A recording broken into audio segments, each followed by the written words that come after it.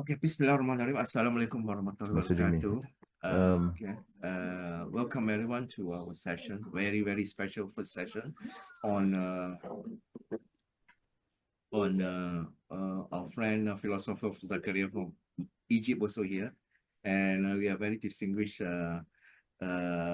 scholars here, Sure. inshallah. And we are very honored to have Dr. Imtiaz Yusuf is here. Alhamdulillah, he is the one who knows Professor ISMA'IL Al FARUQI all out, inside out. In other words, all of us tonight are your students, of Dr. Imtiaz. Oh, And we also thank have, you. we also have Alfie. Alfie today is presenting. He is really a fanatic friend of Professor ISMA'IL FARUQI. I've never seen someone such fanatical before. For 20 years, it's very sustainable. True. And I hope that True. you're gonna show us all your collection of old books, which we, oh my God, the books you cannot find in the market anymore, which Alfie has. He has all the files, secret files, everything. Let's see. And then, inshallah, without further ado, inshallah, we'll start. Ustaz Zakaria, how are you from Egypt? Okay. Yeah, Okay. fine. Alhamdulillah. Okay, Fahal. Alhamdulillah. Okay. So inshallah, we're gonna I'll without further ado, okay, let's move direct to Alfie, Mama Alfie. Yes, Alfie. Yeah. So, Assalamualaikum everyone. So, thank you for coming on to this inaugural lecture, I guess you could say, on Al-Mahum ISMA'IL Al FARUQI, someone who has inspired me, who has given me a lot of philosophical insight and thought into Islam itself, as well as actually in a way he has also helped me in my apologetics career as someone who does. By the way, I have a YouTube channel where I deal with Christian polemics and allegations against Islam, and I also talk about Christianity as well. So in part, Al-Mahum FARUQI actually helped me in that as well. So today I just want to share whatever it is that I know about Al-Mahum FARUQI based on what I've read about him and what I've discovered about him throughout the years. I started my journey in 2000, I think it was 2001, when I was first introduced to him. This was the first book. Sorry, not this. This was the first book I read. Yeah, Al-Tawhid. Yeah. So when I first read that, it gave me a lot of inspiration, deep appreciation for Islam, and that actually ignited the guerilla, I would say, in me to learn more about Islam, because previously I wasn't really truly interested in religion until I actually came across Al-Mahum FARUQI, and then from there I started to look into his works. And then I got this book. I got Christian Ethics, and then things just snowballed from there. All right. And then over the years, I managed to get most of his works. Some books, for example, like Urubah, it was very difficult to get because it's out of print. But I don't know, but perhaps by the mercy of Allah subhanahu wa ta'ala, I managed to actually obtain the book for about, I think it was $50 or $60. And then from there, I got some other obscure papers, which, by the way, are not easy to find because, I do not have any access to JSTOR. I'm not a university student. I do not ascribe to any degree in university in a university library, so I don't have access to JSTOR, but I've managed to somehow get them with the help of friends. I think one of them are actually right now in our group right now, in our lecture right now. He actually helped me a lot in obtaining very obscure important papers by Al-Mahum FARUQI. So from all this information that I've got from him, and also from many others, and the books that I've obtained over the years, I've managed to come up with this, inshallah. So so today we're going to start with ISMA'IL Al FARUQI. I've titled my lecture Philosopher and Denkerkämpfer of Religion and Thought. Denkerkämpfer actually means guerrilla scholar in English, because Al-Mahum FARUQI was known to some people, they call him a guerrilla scholar, and I think this term is an endearment to him. It's a befitting title for him, which I hope you will see throughout this talk. So this is basically I will start with an introduction about Al-Farukhi. So he's a Muslim thinker, he's a philosopher and a scholar of religion. And so Al-Farukhi, not many people know this, but he's actually fluent in English, Arabic, not only English and Arabic, but German and French. Right? Not many people know about this. And then he was influenced by many philosophers of the past, such as Al-Nazam, Al-Qadi, Abdul Al-Jabbar. These are very well-known scholars, in the 6th, 7th century. The ethics, he was influenced by the ethics of Ikhwan, Brethren of Purity. He actually wrote 2 papers, part 1 and part 2.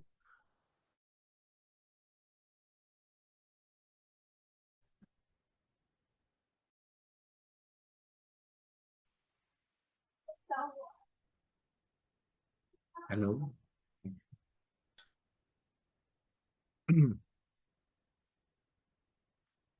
Internet is not good, yeah. Yeah.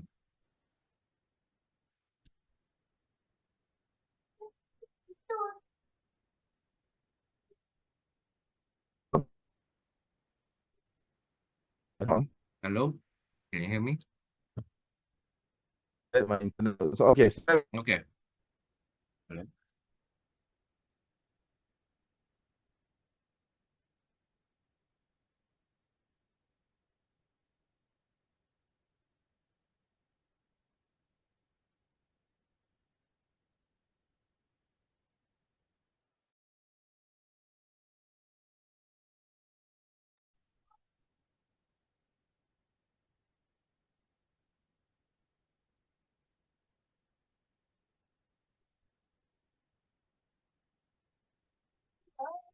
Hello. What happened? Very bad. Yeah, I think it's lagging. They help only you and me. Don't know what happened there. Wait.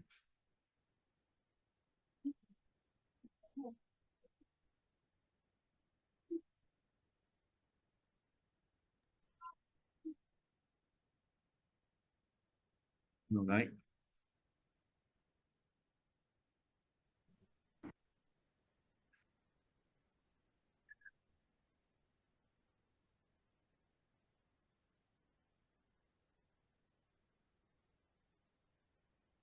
Oh, internet is very Oh, bad. okay. Hello, internet is My so internet. Very Yeah, I'm so sorry, bad. sorry, guys. I don't know what's happening to my internet. I Can you think hear me?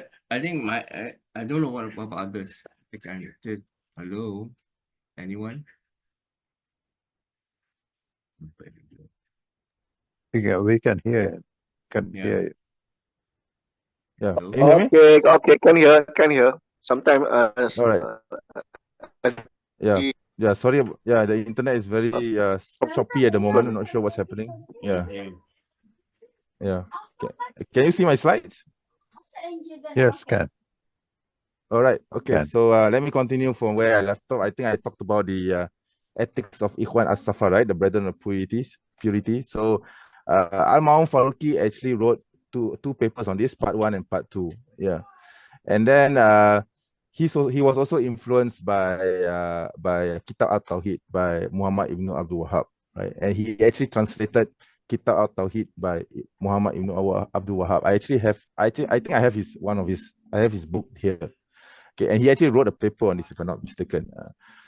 Al-Farukhi was also critical of Sufism. Okay, he actually wrote a chapter on his criticism of Sufism in Christian Ethics. Okay, if you read Christian Ethics, you will find that there's a short chapter where he compared the ethics of Jesus with that of Sufism, and he criticized Sufism. Right,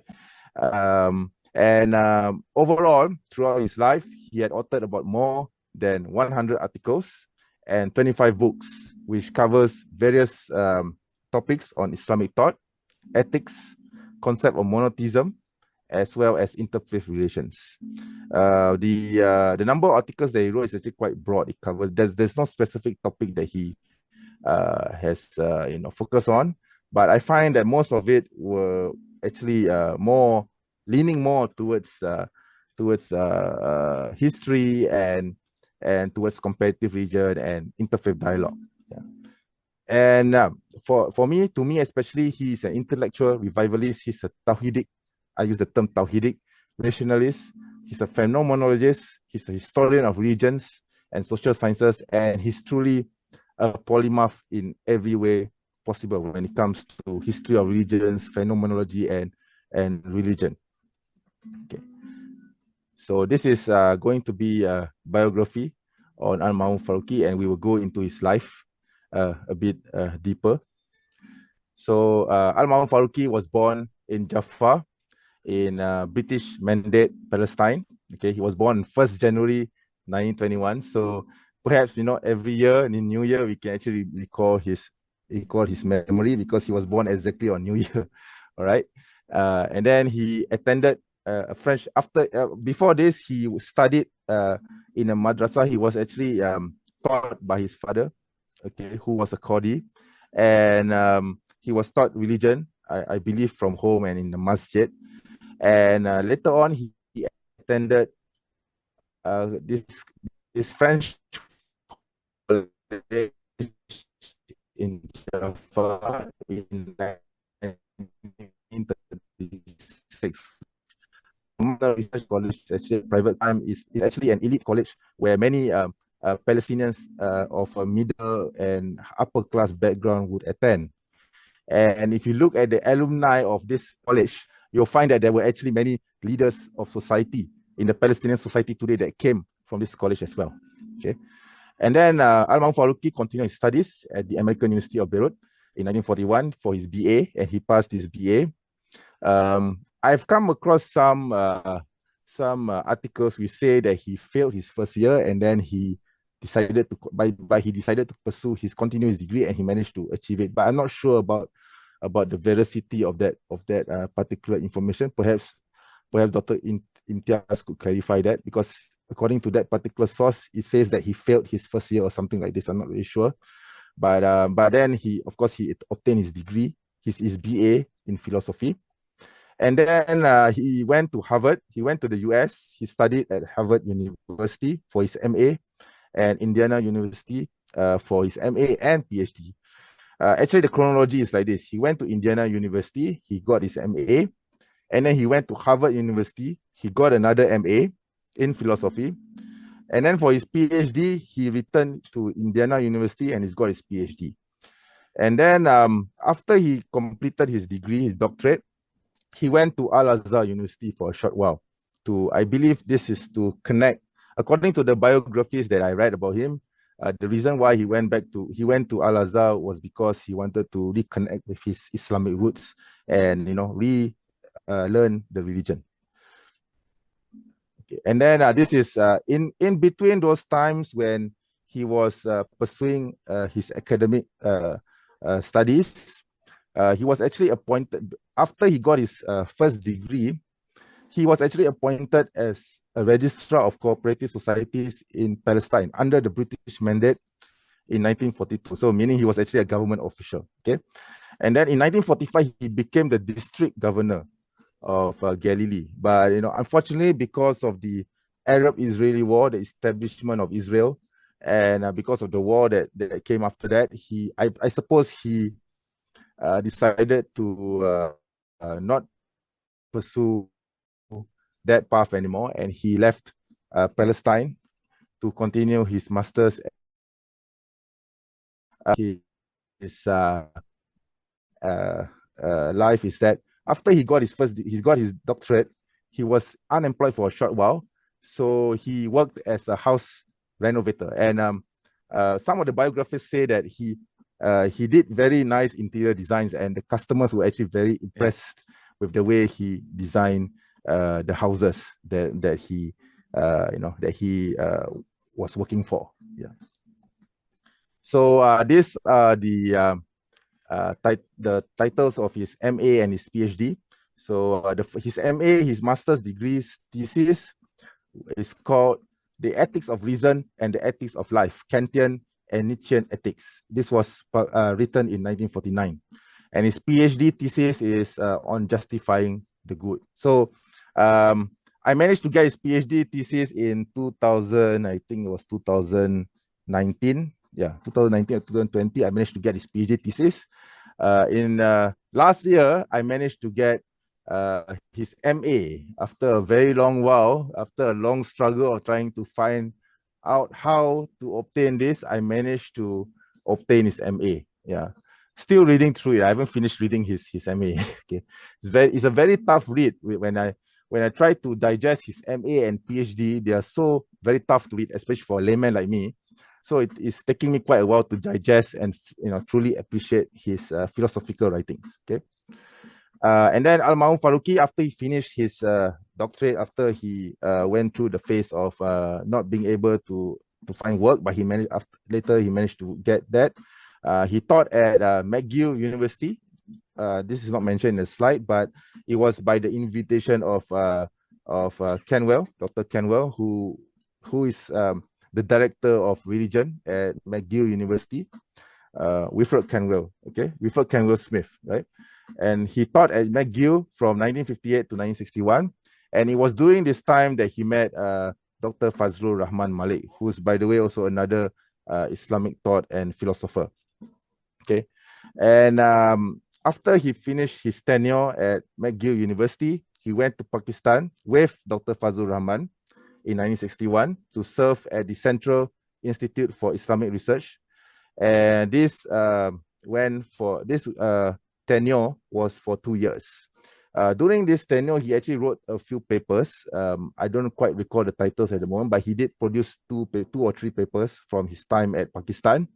From what I understand from his biographers, Al-Ma'un Faruqi was dissatisfied with his time in Pakistan. He felt that he wasn't achieving anything significant in Pakistan, so he decided to end his tenure in the Central Institute for Islamic Research and return to the United States in 1964.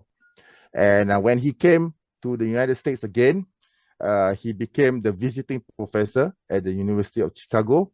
At the same time, he was also the adjunct professor at Syracuse University. So, by the way, this is a passport photo of Al-Ma'un Faruqi, which I managed to extract from some FBI documents. There were some FBI documents which are now available publicly. So this was one of the things that I managed to find. So I have inserted here. You can see Al-Ma'un. This is dated 1974, by the way. Okay, so this is from a photo of from his passport. Okay, and then Al-Ma'un Faruqi, after his time at Syracuse and the University of Chicago, he joined Temple University as the professor of Islamics. Actually, he's a professor of religion, but he called it Islamics.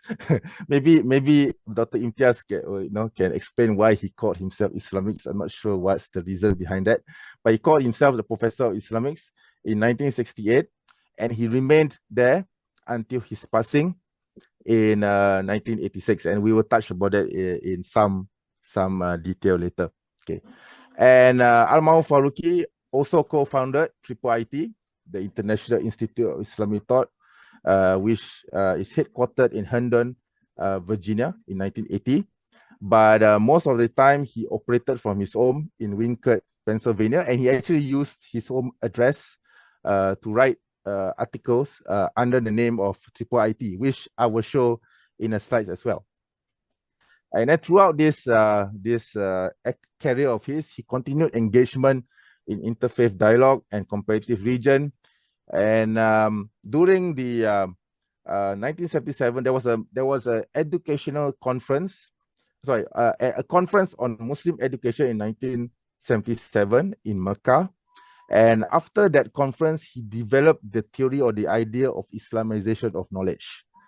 And then at the same time, because of this conference as well, he advised and assisted in the establishment of the Islamic universities in Pakistan and in Malaysia. So the International Islamic University in Malaysia and the International Islamic University in Islamabad, Pakistan today is from the idea of Al-Marhum Ismail Faruqi, and I will also touch on this later in a slide. Unfortunately, sadly, in late May 1986, or 27 May 1986 to be exact. He was assassinated. He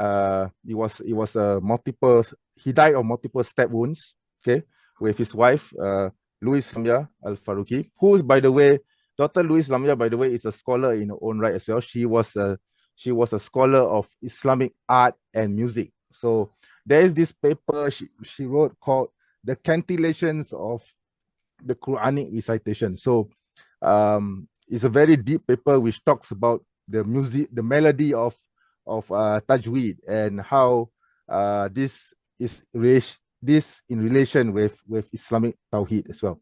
So this is also, she's also a scholar in her own right. Sadly, they were both murdered by a person by the name of Yusuf Ali, a revert. I think Dr. Imtiaz knows more about this than I do.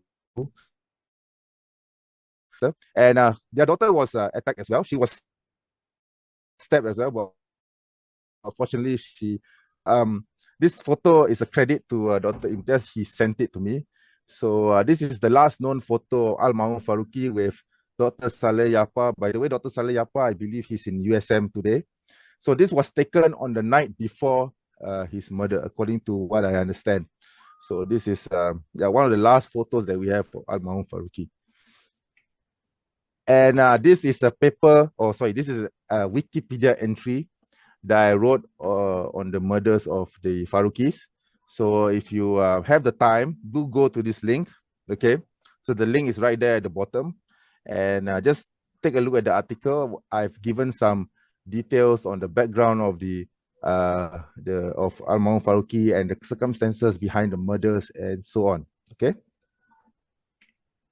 And yeah, this is an ad that both of these extracts were taken from the FBI documents that I have on Al-Mahum Farooqi. So this is the weapon or the ad of the weapon that was used to murder Al-Mahum Farooqi. Okay, you can see this is not an ordinary knife. So that is why I believe that, you know, his students especially and those who are close to Farooqi say that it cannot be just a random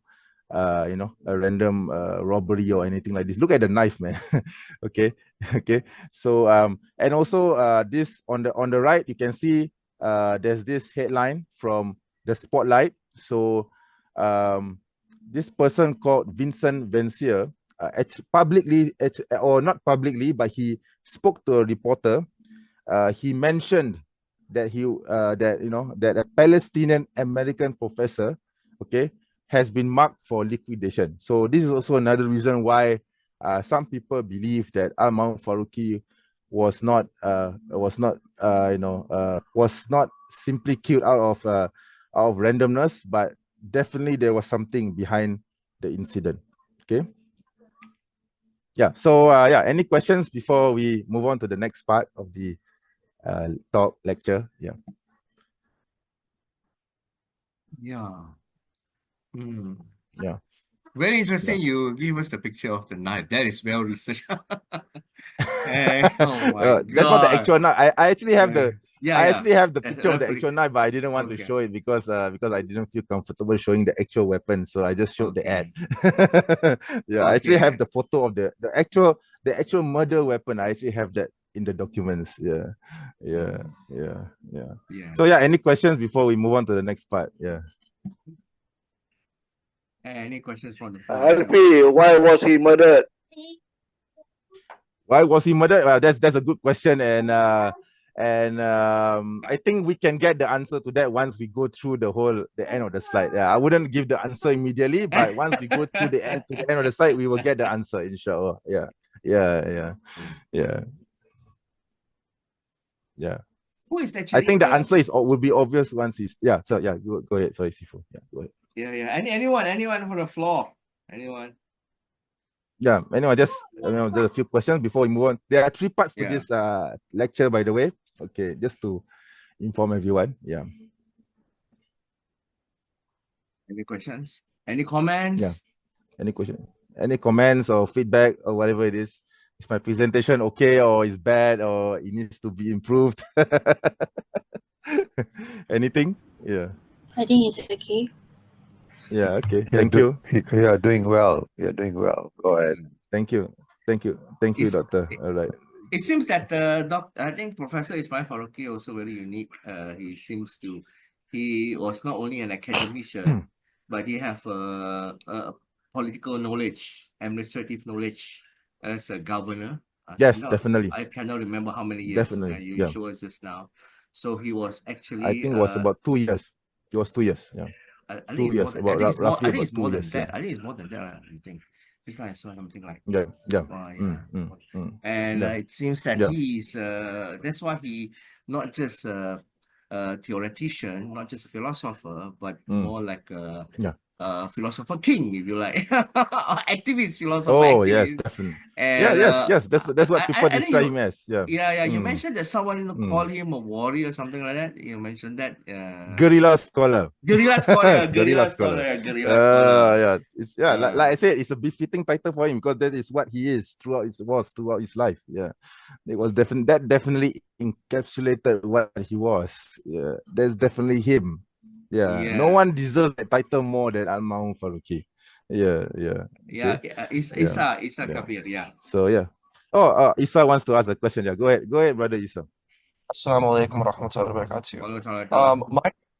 Walaikum salam. Yeah. My question that I'd like to Yeah, go ahead. is, what do you think is his greatest accomplishment from your research? What do you think that ISMA'IL FARUQI brought into Islamic scholarship? Oh, okay, that's a good question, but that will actually be answered in the later part of the lecture. Yeah, we haven't reached that part yet.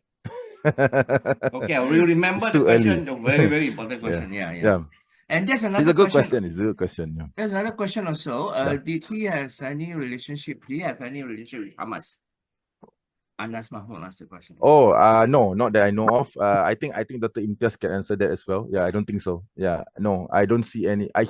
He actually criticized the PLO, if I'm not mistaken, and he actually he did not like what the PLO was doing. Yeah, so yeah, he's totally against the political establishment of the Palestinian leadership at the time. He was very critical of it. Yeah. Hamas was not born yet. Was not born yet during his lifetime. Yeah. Alfie. Hamas. That's another thing. Yeah. Yeah, Hamas. Alfie, by the way, Hamas was in 1987. Yeah. Alfie, Faruqi, does he have any of his children follow his footsteps? Unfortunately, he had 5 children, but unfortunately, none of them follow his footsteps. Yeah. Before you continue? Yes. No. I've got one more. I have one more question. Okay, sure. Go ahead. What do you think? What was like an amazing kind of fact that you discovered about him during your research, like about his personal life? I find that his determination to explain Islam, especially to encapsulate Islam in philosophical terms, which would appeal not just to a Muslim audience but also to a Western audience. That is something which I find fascinating about him. So he covers both worlds. Okay, I believe this is a statement from someone who wrote a foreword to his book Christian Ethics. It says that he said that Al-Mahum Faruqi was a man of the East and the West. He's comfortable with both, but at ease with neither. So to me that actually pretty much also describes who Al-Mahum Faruqi was. He's very comfortable with Eastern philosophy. With talking about Islam, especially about history of religions, as well. At the same time, he's also comfortable with talking about Kantian thought, Nietzschean ethics, etc. This is not something common in Muslim scholarship, by the way. It's very rare that someone would engage with Western philosophy in this manner. But he managed to combine both, and he managed to explain Islam on comparable terms. So that is something which no one has succeeded in doing until today. Yeah, no one that I know of. Yeah. That's a question from Ustad. How do you think his education and travels shape his philosophy? How do you think his education? I'm not really familiar with his travels, unfortunately, so I don't really have much information on that. Maybe that is something actually Dr. Imtiaz could probably answer. But from what I understand is that that the travels actually came much later, I think. I think that was when he was at Temple. He started to travel a lot more. He traveled to Malaysia, he traveled to Pakistan, he traveled to I think he traveled to Nigeria and to Africa. So in order to promote or to propagate the idea of Islamization of knowledge, he traveled a lot towards the end of his career. Yeah, but in the earlier stage of his career, he didn't travel much. He did travel, but he did not go out as often as he did towards the later end of his career. Yeah. Okay, Norfa? Norfa, question. Yeah. Norfa? Thank you for your presentation. There are many prominent scholars in Islamic philosophy or Western philosophy and whatnot. I would like to know, why do you choose Al-Faruqi as your idol or maybe as your subject today? Thank you. Good question. Why Good does- question. Good question. Okay. Thank you. Yeah, Thank what you, is your sister. It's a very good motive? question. What is your comment? Yeah, I would like to It's a very know good. because Yeah, I- sure. yeah, thanks. Yeah, sure. Okay, Oh, so yeah. yeah, it's a very good question. So why Faruqi, right? Why wouldn't I choose Dr. Hamka or Muhammad Iqbal or Malik Ben Ali? Okay, Malik Ben Nabi or even Fazul Rahman. Why Al-Mahum Faruqi? So the reason is simply because I was touched by Al-Mahum Faruqi's work on Al-Tawhid. Al-Tawhid especially influenced me a lot. It radicalized or it changed my worldview of Islam, because prior to me reading Al-Tawhid, I didn't think of Islam as an encompassing worldview that would influence our thought and life. I never thought of this. I never think of Islam as something which could affect us philosophically, our daily lives or our thought, our movements, our political process, etc. I never thought of Islam that way before I read Al-Tawhid. Okay, so when I read that book, it really radicalized my view of Islam, and it gives me more appreciation for Islam, and connecting that to Christian ethics. When I read Christian ethics, that also gave me a more nuanced view of Christianity, because prior to me reading Christian ethics, I never thought of it as anything more than Trinity or by the Bible, or that's it. That I didn't go into the deeper doctrines of Christianity. What is the core problem, as I would put it, of Christianity? So Al-Mahum Faruqi explained that very well. So that made me, went into the path of Al-Faruqi thought. Yeah. Yeah, I hope that answers your question, sister. Yeah. I have a we have question another for. 2 parts. I have just a quick Yeah. question to Dr. Imtiaz. I wonder if you can you describe him, because you were his student and close student. Yes. Can you describe his personality? How was he like actually as a person, as a teacher? There are many questions. He was very personable person. He was like a father to us, and as a teacher to us, and a guide to us at the same time. So he was unlike other scholars, who keep away or think of themselves as of a very high stature. No, he came down to us, with the students, mingled with us, cooked food for us, took us cooked around food. everywhere. So he was very, very, very humane in his relationship with us. But at the same time, he was a very hard taskmaster. Yeah, very disciplined. He made us work very hard. He said, we have to excel. And this is the answer to one of the questions which was asked. He said that we as Muslim students have to excel in our studies so that we can make contribution to the world of knowledge. So that is connected with Islamization of knowledge. So when Isa Kabir asked what was his contribution was the Islamization of knowledge turn in the field of knowledge. I'm trying to be very brief here. Thank you. Thank you. Terrible. Thank you. For a teacher, for professor to cook for his students, this is the first time I've heard. Okay, shall we move on to the next part, second part, Alfie? Sure, yeah. Okay, yeah, let's move on to the second part, right, of this of the lecture, right? So you can ask questions later, I hope, inshallah, yeah.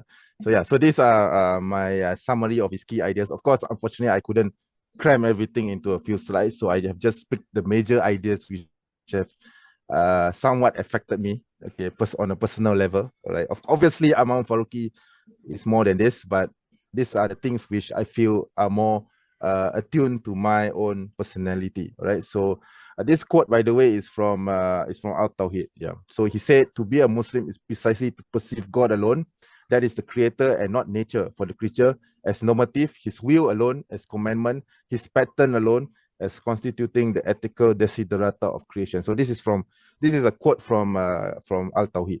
Okay. And yeah, so this is Al-Mahum's Islamic Wetan Shaung worldview. Okay. So he was ideational.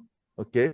So he highlighted the centrality of Tawhidic monotheism. I use the word Tawhidic, okay, to explain his thought on Tawhid as the core idea of Arab consciousness in contrast to other civilizations. So this is actually related to Urubah, which later I will be touching on. He's axiological. Okay, he values adherence to Islam, faithfulness to the value of monotheistic piety, ethics, and world affirmation. And Imam Farooqi was also aesthetical. So he believed that the Quran is an aesthetical revelation as evidence from the Arabic nature, the nature of the Arabic language, and the expressions in Muslim literature, calligraphy, architecture, music, and painting, which is why he and his late wife, Lois Lamia, they came out with this book, this large atlas called The Cultural Atlas of Islam. So if you read this, I would say, this encyclopedia, you will find that he explained the relation of art, the calligraphy, the architecture of buildings, and how that relates to Tawheed and Islam in a very detailed and philosophical manner, which no one has done before him. Okay, and these are some of the books that he has written. So the first book that he wrote was Urubah. Okay, Urubah is actually a difficult read if you don't understand where he's coming from. You might even think that he's an Arab nationalist after reading it, but he was actually not an Arab nationalist. He redefined what Arabism means according to his understanding. Throughout his career, he toned down a bit, and I think he kind of removed himself from that idea somewhat. Because Urubah was very Arab centric, okay, to put it mildly, okay. And then he wrote Christian Ethics when after his time at McGill. So Christian Ethics is a very critical work on Christianity. And if you read this book today, you will find it amazing that it was written by a Muslim scholar. How could this book be written by someone who is a Muslim and has no past in relation to Christianity? Because when you read this book, you'll be amazed by the facts within it, and you will at first think that this was written by a revert to Islam, perhaps, or someone who has a Christian background, perhaps. But no, this was written by a Muslim. Okay, so it's very deep and very philosophical as well. And then, of course, we have Islamization of Knowledge. This is the second edition, which was edited later, but there is a first edition which Al-Mahum Farooqi wrote. I think Dr. Imtiaz knows this. And then of course, there's Al-Tawhid. Okay, so Al-Tawhid is the more famous. I guess you could say this is more mainstream, Al-Tawhid. Okay, so this was written in 1981, 82, I believe. Yeah. And then there's another two Arabic books that not many people know about. Okay, this was written in the late 1960s. So the first book is Al-Mu'asirah fi ad-Din al-Yahudi. So this is actually an introductory book to Christianity. To Judaism. And then there's also another Arabic work that he wrote, which is called Al-Usul, okay, As-Sahuniyah fi fi al-din, sorry, al-milal, sorry, the first book is al-milal al-mu'asira fi ad-din al-yahudi.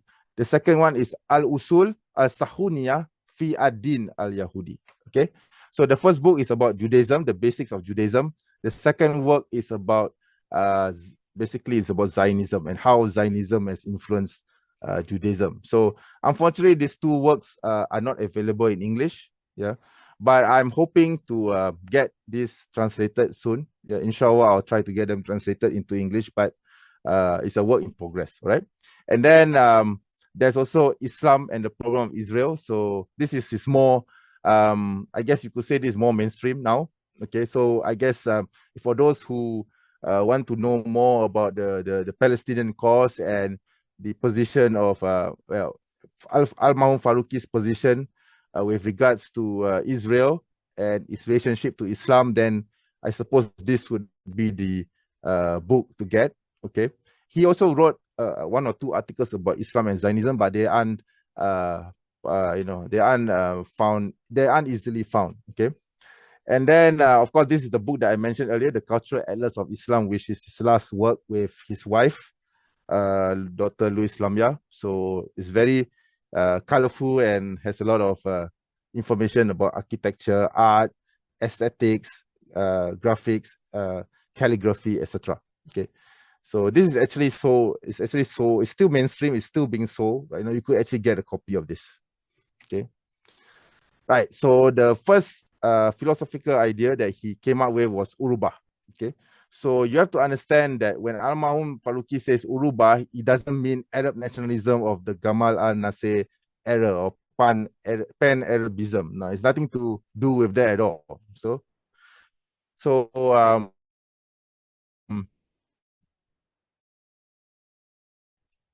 the Arab culture, okay, is the whole area of the Middle East, okay, and the term to him the term Semite is a colonialist term, so he didn't like to use the term Semite, okay, and because of the culture of the Semitic culture or the Arab culture of the Middle East, it preserves, it encapsulated the concept of, it preserves and encapsulated the concept of monotheism in the Arab stream of being. So to him, the Arab culture, the Arab language, the Arab personification preserves the monotheistic understanding of Tawhid, yeah, which is not found in any other cultures. That is his understanding of Urubah. And to him, Tawhid was the greatest gift of the Arab stream of consciousness to humanity, to mankind in general. But Al-Mahum Faruqi, if you look at Urubah, okay, I have his book here. Okay, if you look at Urubah, it actually mentions that this book was supposed to be volume 1, okay, in a series of 4 volumes. Okay, there's supposed to be another 3 more called Urubah and Art, Urubah and Society, and Urubah and Man. But I suppose he abandoned that idea because in the end, those 3 volumes never happened. Okay, so this is the only work that he has on Urubah. Okay, and the ideas that he had for the preservation of Tawhid that appeared in his other works. Okay, as we will see throughout the slides. Okay, sorry about that. Okay, so the second point of his philosophy is Al-Tawhid, which you can find encapsulated in his book Al-Tawhid. Okay, so he believed that Tawhid is the foundation of all knowledge and integrates reason and revelation, and that Tawhid stresses on the concept of adl, on justice, as a part of Tawhid, and it ensures moral and social equity. He rejected secularism. He advocated for a God-centered epistemology through Tawhid. To him, without Tawhid, it prevents, to him, without Tawhid, it doesn't give divine accountability, because through divine accountability, it prevents oppression and upholds ethical governance. To him, secularism separates faith from life, whereas Tawhid unites all aspects of existence. Tawhid, to him, is a God-centered epistemology which harmonizes science, philosophy, and morality. So this is basically his ideas about Tawhid. Okay, so this is the most interesting. This, to me, is the most appealing part of Al-Mahum's philosophy, because this involves Christianity. Okay, so if you read Christianity, if you read Christian ethics, okay, let me look for the book. Okay, yeah, this book. Okay, if you read Christian ethics, you'll find that he came up with two innovative terms which was never used before, which is patriotism and saviorism. Okay, so so patriotism, before Farooqi used this term, okay, it was never mentioned by any Christian scholar or biblical scholar or theologian. Okay, so he used the term patriotism because what he meant by patriotism is that patriotism is the belief in human sin, in the nature of human sin, not to be confused with original sin, because the Christian understanding of original sin is that Adam inherited the sin by eating the apple, right? By eating the forbidden fruit, okay, in the garden, okay, and that is the sin, the original sin that was passed down towards the descendant. This term, patriotism, is different. It's slightly different from that in the sense that Christians believe that humans are naturally sinful, that humans are prone to sin, are not just prone to sin, but are sinful in nature, and regardless of what you do, mankind will always be in a state of sin. So he used the term patriotism to describe this unique state of the human nature according to Christianity. Okay, and saviorism is basically the concept of Jesus, or a concept of a savior to die, or to be the interceder to forgive your sins, basically. So basically, saviorism is similar to the concept or is the same. Basically, is the same as the concept, but he used the term saviorism to describe this this understanding of the doctrine. Okay, so if you read his works, you'll find that these doctrines, okay, deviated from the true teachings of Jesus, and that Paul of Tarsus was the person responsible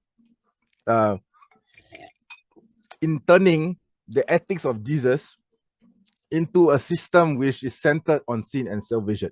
Okay, and related to that, okay, Al-Farooqi also presented Islam as a meta religion. Basically, it means Din al-Fitra. Okay, without theological paradoxes, he sees it as a rational and ethically universal religion compared to Christianity. And if you read the end of his book, you will find that he invited Christians to engage in rational discourse on ethics and not just focus on theological dogma. Because you see, if you look at the Christian polemics today, you'll find that they argue with Muslims with regards to theological dogma. Okay, they focus more on the concept of Trinity. They focus more on the concept of Jesus interceding, dying for the sins of the world. So this is what Christians are generally obsessed with. But Farooqi is trying to pull the Christians away from that and to engage with the Christians on an ethical discourse, okay, which is something, again, this is something which is novel and has not been done prior to Al-Mahum Farooqi. Related to this is Muslim-Christian dialogue. So Al-Farooqi actually published a work from a series of conference papers. Okay, I think Dr. Imtiaz knows about this.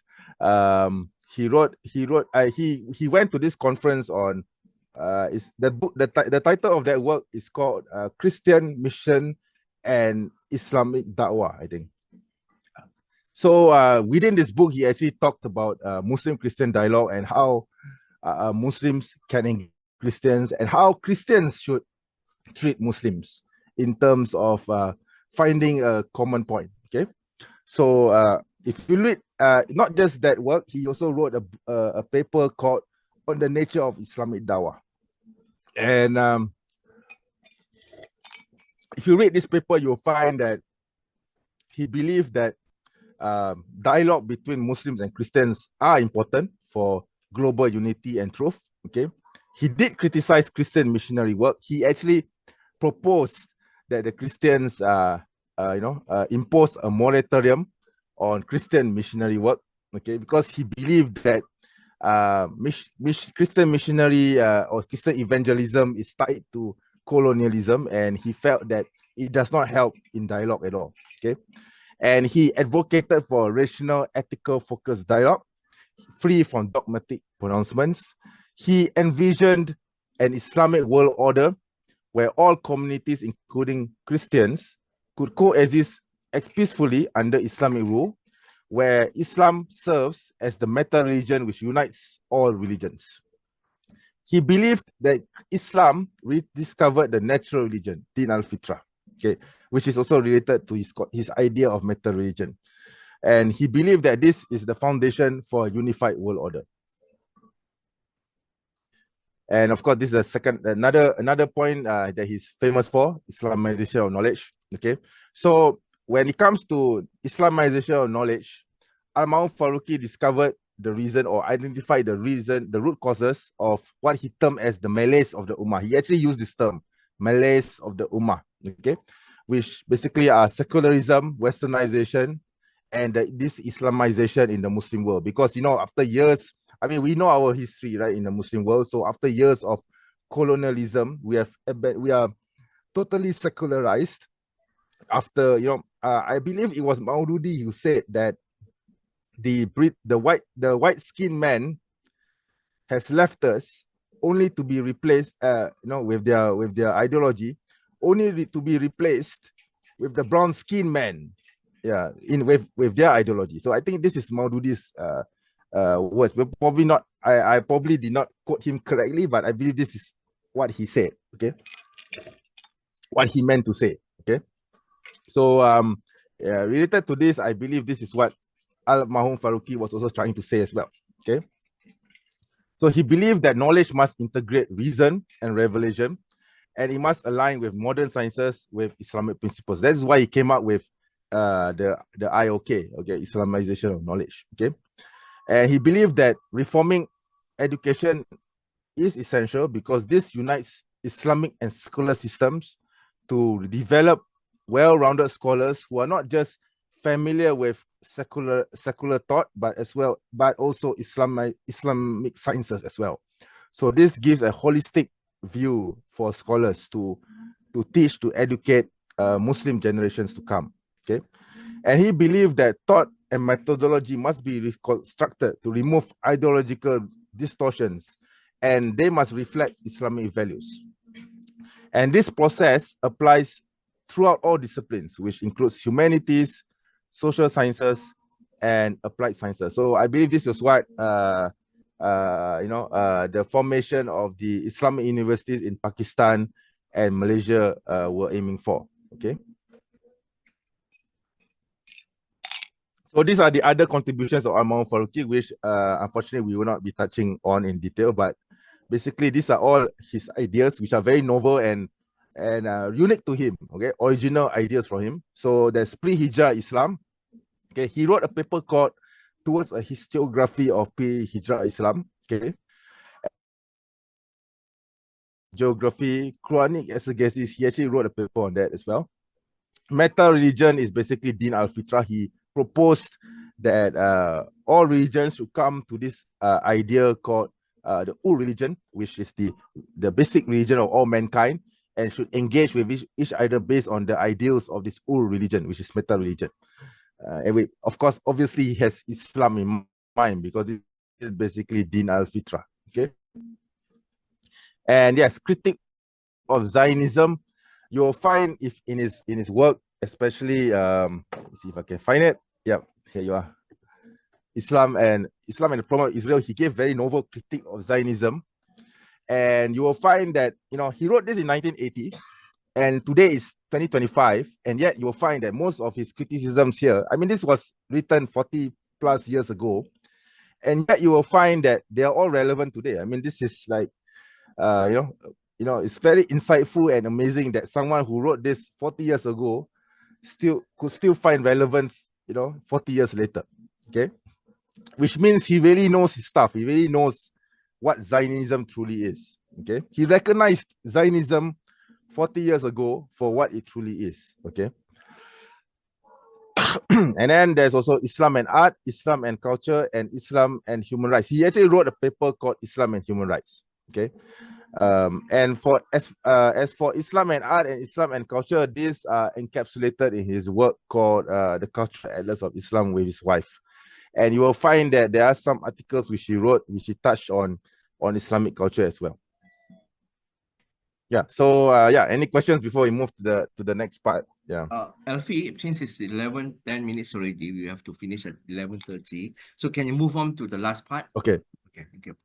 Okay. All right. I will do that. Okay. So this is the last part. Okay. So his legacy, contribution, and impact. So this is from this quote is from Al Tawhid also. Okay. So he believed that it is the Muslim's conception of himself as the Khalifa or vicegerent of Allah Ta'ala on earth that makes him the vortex of human history. Only as God's Khalifa, and hence only in proper commitment to the vision of Islam may man act responsibly in the totality of space-time. So this is the legacy of Al Faruqi, at least the ones which has impacted me. Okay. So to me, especially, Al Faruqi was the first Muslim scholar to use phenomenology and history to study religion, helping Muslims to engage in modern religious studies and interfaith dialogue.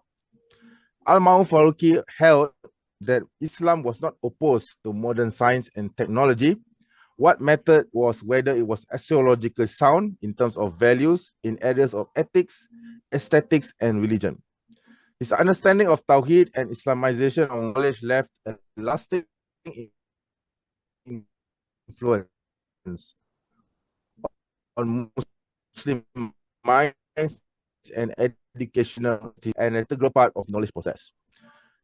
Al Faruqi provided a very novel and intellectual critique of Christianity and its doctrines, and this is something which no Muslim scholar had done before him. Okay, I mean in the modern period. Okay, he demonstrated a deep understanding of early church history and doctrines, which is something uncommon for Muslims to dive in and engage with, even until today. His criticism of Zionism was astute and on point. Even 45 years later, his remarks on Zionism still remain relevant. His works continue to live and inspire us all until today and until the end of times, inshallah. Yeah, I'll give the link later. Give us a link, right. and so then this continue. You give us the link. Yeah. Sorry about that. Yeah. But this is, by the way, this video is the only known recorded video of Al Faruqi. I have not come across any. Yeah. This is the only video which we have of Al Faruqi himself. Yeah. Speaking and talking to the camera. Yeah. Okay. So yeah. And then so this is his paper for the concept of Islamic university. So there you can see this towards an Islamic university, and you can find here on your left, he wrote his home address, okay, under the name of the International Institute of Islamic Thought. Okay, so this is his definitely his writing. Okay, so as you can see, this article was sent to the Prime Minister at the time, Dr. Mahathir. And then Dr. Mahathir sent this article to the committee for the establishment of the Islamic University of Malaysia, which was headed by the Minister of Education at the time, Dr. Sulaiman Daud. So this was the article that they used to come up with come up with the full structure of the Islamic University in Malaysia. Okay. And so these are my references. So you can look these books up. Okay. So I would highly recommend Dr. Fletcher's book, Muslim-Christian Engagement in the 20th Century, The Principles of interfaith dialogue and the work of Ismail Al Farukhi. Also, the first two books, unfortunately, they are out of print, so it's not going to be very easy to find them. Apart from Dr. Fletcher's book, I would also recommend that you look up Dr. Imtiaz Yusuf's book. He has also written on Al-Ma'un Farukhi. Okay, so you can actually look for them. They are still in print. Okay, like for example, let me see. Yeah, this one. So this is actually in print. Yeah, you can. It's available in hard copy as well as soft copy. Okay, so I would recommend that if you want an introductory knowledge to Al-Ma'un Farukhi, you don't need to read, Al-Tawhid and Christian ethics. You can just get this, and it summarizes his work in some detail, right? So yeah, Q&A. Yeah. So any questions? Yeah. Very interesting. Very interesting indeed. Yeah. You mentioned the name of You mentioned the name of Dr. Sulaiman Daud. He was a Sarawak. He was a Sarawakian and a friend of my father. And then he talked to my father about establishing international Islamic University. Yeah. Oh wow. Okay. My father helped a lot. Did your father ever met Al-Mahum? As far as I know, he did not. And okay. Maybe he came across him, but I'm not that sure. My father was very active in the Rabita. Perhaps he came. I never did really ask him at the time. I was very young when he was murdered. I was very, very young at the time. And, so I didn't really ask my dad. So I was 6 years old when Al-Ma'un Farukhi. Yes. Yeah. There's a question here. There's a question in the chat box. Anas Mahmud. There's a question by Anas Mahmud. My question to both Alfie and Dr. Imtiaz.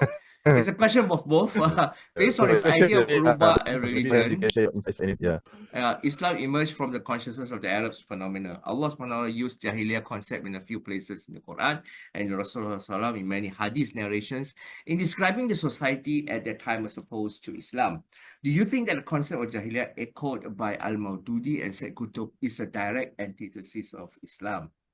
Yeah. Maybe Dr. Imtiaz could answer that. I'm not sure. I understand the first part, but I don't understand the second part. Do you think the concept of Jahiliyyah echoed by Maududi and Said Qutb is direct antithesis to Islam? I don't see any antithesis between Maududi and Said Qutb to the concept of Tawheed. Rather, they reinforce the concept of Tawheed at the social level, at the community level, while Farukhi does it at the intellectual level and the philosophical level. So how can it be antithesis? Can the questioner explain it further? Yes, Anas Mahmud. Any comment from Anas Mahmud? Yeah. So, by the way, Sister Nurfa has a question, no? Yeah, let's ask Anas Mahmud his question first. Yes. Brother Anas Mahmud, okay, can you explain your question? Brother, can you hear? Hope that your audio is okay. Brother Anas? Oh, don't have a microphone. Okay. He can type it. Okay, you type it and then we pass the question to Nurfa first. Our lawyer. Okay, Nurfa, your question. While waiting for Anas Mahmud to type and to clarify his question. Okay. Nurfa, yeah. I would like to ask, since you mentioned just now about Islamization of knowledge, I would like to know what is the approach or method used by Al Farukhi in his Islamization of knowledge in the modern days, maybe in university or in organization, that how he used his team to educate or make it more understandable to students and people. Yeah. Nurfa, question. You get answer? Yeah. Before the answer, just to remind you, this is our first session. Inshallah, we have a number of sessions on Ismail Farukhi idea. Your question is excellent, and but it requires time to answer. Yeah, Elfie, what do you think? Yeah, I just I'm curious because Yes, I yes. don't see Excellent that question. we really use it. And we actually we like to talk about theoretical things, Mm, and somehow we don't we fail to make it understandable to students and people mm, around us. So how do we want to make it what want to yes, say like inilah dakwah.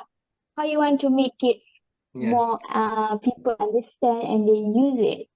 That is the thing that you want to achieve, right? As Khalifa, Yes, you don't yes, want to yes. make it not to understand by people around you. You have to make them understand so that this dakwah will prevail to all types of people. Yeah, that is my concern.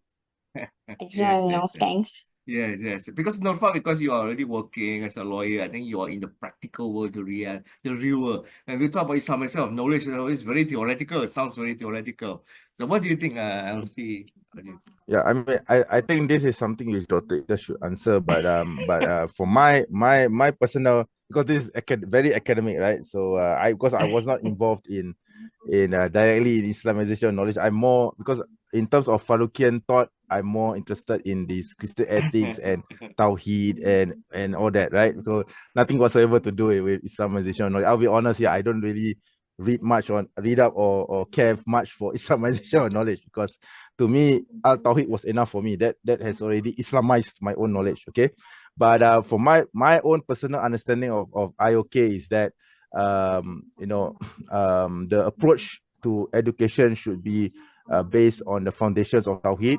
and that students especially should understand the importance of Tawhid in their actions, in their thought, and every aspect of their philosophy, and that Tawhid drives us, motivates us, is the reason behind everything that we do. So this is how I understand IOK. Maybe it's going to be very different from how you guys understand it. So maybe Dr. Imtiaz can answer this better than I do.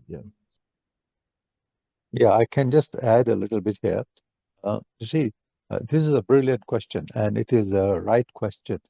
The problem is that we don't understand Faruqi in the context of his time. It was two dominant theories of knowledge, either capitalism or democracy, capitalism, market capitalism, or Marxism. So these were the only theories or epistemologies available to the young Muslim like me and Professor Nasser here, that we had no choice. So at that time, there were these scholars like Professor Faruqi, Professor Syed Hussain Nasser, Professor Naqib al-Attas, who dealt with this challenge of how to divert or to make the turn in the field of knowledge by bringing Islam as a pedagogical theory, as a pedagogical method. So it helped us, our generation, to know what is the role of Tawheed. Historically, Islam is the religion of knowledge. It begins with Iqra bismi rabbikal ladzi khalaq. And in fact, Professor Rosenthal, you should read his book. It's titled Knowledge Triumphant, in which he says Islam is the religion which triumphs knowledge. So that was lost in the whole colonial era. Now, this turn or Islamization of knowledge turn is both is theoretical, is pedagogical, and it is also practical to be applied into different disciplines and also at the market level in the daily way of life. So every way in our every aspect of our life. So to bring it down from bring the Quran down from the what do you call it, from the higher shelf to the ground level. So that was the whole approach. But somehow it got lost. This whole approach got lost because the universities, which were uh, implementing this program of Islamization of knowledge, their stuff, if I can be open, very, very, very clear, their staff were not trained in Islamization of knowledge. And then many other things happened. So it did not take off. What happened is that Islamization of knowledge was came to be understood as if returning back to the traditional approach to knowledge, without being scientific, without being academic, without being theoretical. So the staff was not trained. So this is one main issue. So your question is right, that how do we go back? So we go back to Islamization of knowledge as being done now in UIA, especially with the revival of the concept of Tawheed and Ummatik, Ummah, which my professor, the rector, is talking about. So he is bringing back IIUM back to its own right track. You know, it got derailed somewhere in the history of IIUM. And the other university in Pakistan could not do Islamization of knowledge again because of they didn't have the finances first. And the other issue was that most of the people, I remember this very well, when we were studying with Professor Farooqi, once he went to Pakistan and he came back and he said Islamization of knowledge is over. We said, why? What happened? And he said, because Pakistan Islam University, International Islamic University, was funded not by the Pakistani government but by OIC, and OIC had brought in all the traditionally trained scholars from Egypt and to come and teach into IIU Pakistan. And he said they are not trained to deal with this. So this is the whole issue. So the challenge now is to bring back the approach down again, to bring it back in the field of knowledge and come up now, like what's Urfa. Now you are a young generation. I believe also Anas, Mahmoud, and all. Now it is your task. We did our task. I did apply Islamization of knowledge in my work on my research about comparative religion. Now it is your task to go back and look at the theory and bring it into practice. So I will say that one. I'll just take few more minutes, because Anas Mahmoud has asked what I understood from Maududi and Sayyid Qutb. Idea of Jahiliyyah is totally antithesis in Islam that includes philosophy. And we say that concept of Jahiliyyah also emerged from the Arab consciousness. Yes, very, very, very correct. You're right. You see, we have to look at the history of religion in the Arabian theater, which means from Mesopotamia until Egypt, and from Palestine down to Yemen. Okay, this is the whole Arabian theater. What was the state of religion in there? There was the state of religion there in that theater historically, as I learned from Professor Farooqi, was Tawheed and Jahiliyyah. Jahiliyyah means polytheism. Not the polytheism of Buddhism or Hinduism or Confucianism. That is a totally different story. So yes, concept of to put it in other words, Tawheed is the opposition to Jahiliyyah, quote unquote, shirk. So this is, you're right, and this penetrates, as you say yourself, into philosophy, worldview, theology, and culture. So yes, in the whole Arabian consciousness of religion, as Alfie has very, very well said, that Tawheed is religious consciousness, and Tawheed, as presented by Professor ISMA'IL Al Farooqi, does not have the content of Arab nationalism. It is pure Arab discussion about Arab religious consciousness. And in this Arab religious consciousness, there are two parts to it. One is Tawheed and other is Jahiliyyah. Jahiliyyah is ignorance of Tawheed. I hope I have answered this question. Thank you. Thanks. Excellent. Excellent. Thanks a lot. Okay, we have two more questions before it's 1:30 quickly. And Ustaz Zakaria from Egypt asked a question. Concept of monotheism encapsulated in the Arab stream of being. Can you please explain more in this point, Alfie? Hello? Can you hear? Yeah. So Yes, what yes. Al-Maun? Ustaz Zakaria. Ustaz Zakaria. Okay. Yes. Ustaz Zakaria asked Yeah. a question. So what Yeah. So what Al-Ma'mun Faruqi meant, that Islam was the greatest gift to humanity through the Arab stream of being. Actually, what I think he meant was that the Semitic, I have to use the term Semitic because that's more familiar to us, even though Al-Mahum hated that term. Okay, so what I believe was, what he meant was the Semitic culture, basically, from the Akkadian times right up until the Hebrew era, Israelite era, right up until even the pagan Arabs, the pre-Islamic Arabs. The whole of Semitic culture, they have this, or Arab culture, according to Faruqi, the Semitic understanding of religion is that God is one. Okay, if you study Judaism, Christianity, and the background of Judaism and Christianity, especially, and even the religions before Judaism in the region, you'll find that there is this consciousness within the Semitic understanding that God has always been one, and that God is the one true God is the one all being that encapsulated all human life. And this you cannot find in other cultures, you see. So let's say, for example, in Chinese culture in China, or in Malay culture, Nusantara culture, or in the Native American culture, you cannot find this understanding of what we understand today as Tawhid, the what Faruqi called the Arab stream of consciousness within the Semitic culture, or the Arab culture, as Al-Mahum Faruqi would put it. So because of the Semitic culture, or the Arab culture, that's prevalent in the region at the time, he has preserved this understanding of Tawhid throughout the ages.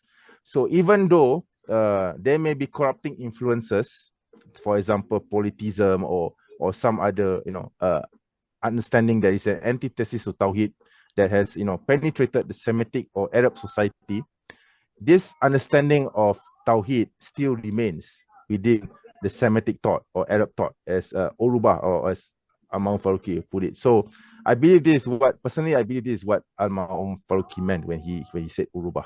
Okay, so if you look at history, you will find that the Middle East especially has preserved the concept of Tawhid very well throughout the ages. Okay, if you look at Egyptian history, Akhenaten, he produced this understanding of one God. Okay, if you look at the Israelites, you will find, of course, Musa, and of course Moses, as well as the Davidic kingdoms, David, Solomon.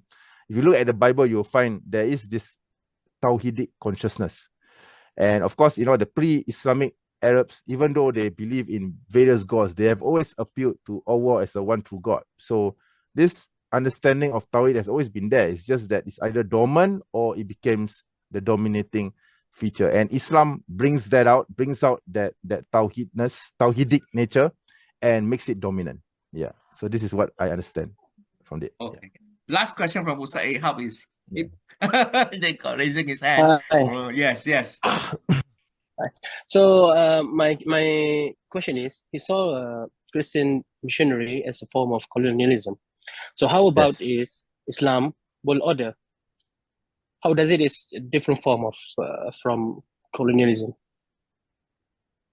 Not sure whether I understood your question, but I think what you meant was what's the difference between Christian missionaries and the concept of Islamic world order as understood by Faruqi, right? Yeah, because he mentioned that maybe that we can live, all the religions can live under one religion, which is Islam. So how is it a different form of colonialism? Yeah, so what Al-Mahum Faruqi meant, actually, okay, when it comes to Christian missionary, because even Christian evangelism, they if you look at Christian evangelism, they will push their theology, basically literally down your throat. Okay, so they will say, oh, believe in the Trinity, believe in Jesus dying for your sins, and you'll be saved. So this is how Christian missionaries would try to promote their religion. Okay, but Faruqi's understanding of the Islamic world order is that he believes that all nations, the Muslim world, should unite under one rule, under one Islamic rule, and that this Islamic rule should encapsulate all religions, okay, basically a khilafah, okay, khilafah, and that this Islamic rule, okay, will ensure that all religions can coexist peacefully, okay, and that the Islamic understanding of religion would be, of course, the dominating religion, but at the same time, other religions will be allowed to practice, or to basically like the concept of the Ottomans, okay, the vilayat, okay, similar to that. So each religion are allowed to, practice their own culture, their own laws, and so on. But the prevailing rule must be to the Islamic world order, or to the Khilafah as a whole. Yeah, this is how he understood it. Yeah. Okay, thank you. Yeah. Excellent. Okay, barakallahu fikum. And inshallah, we'll come to the end of our first session, inshallah. And we're going to have a series explaining Professor Ismail Farooqi ideas, and we hope that Dr. Imtiaz can help us and Alfie will continue. Yeah, I really hope that Dr. Imtiaz, inshallah, can join us, because Dr. Imtiaz has more insight than me, because we work together. Inshallah, yes, we will because there are some I have to mention here, I do have gaps in knowledge in terms of Al Farooqi's personality, and perhaps certain things which you cannot find in the books that he wrote, or in his writings, that only you can understand from a personal level. And this is something that Dr. Imtiaz has, which I do not. Yeah. Inshallah, we will strive hard to revive Professor Ismail Farooqi to the fullest extent, inshallah. And he really deserves his time. And nowadays, with the media around, I think young people, you're very good in this media, more than us. I think that is time, inshallah. So, okay, inshallah. Thanks a lot. Good night. And thanks for coming. Dr. Miyaz, thanks a lot. Elhab, Ustaz Zakaria, Anas Mahmud, and Muhammad Shafi'i, Isa Kabir, and Nurfa, inshallah. Barakallahu fikum, tisbah khair, and okay, inshallah. We'll Ummatana, inshallah. Assalamualaikum. Thank you very much. Assalamualaikum. Thank you very much. Waalaikumsalam warahmatullahi wabarakatuh. Thank you for coming. Yeah. Thanks a lot.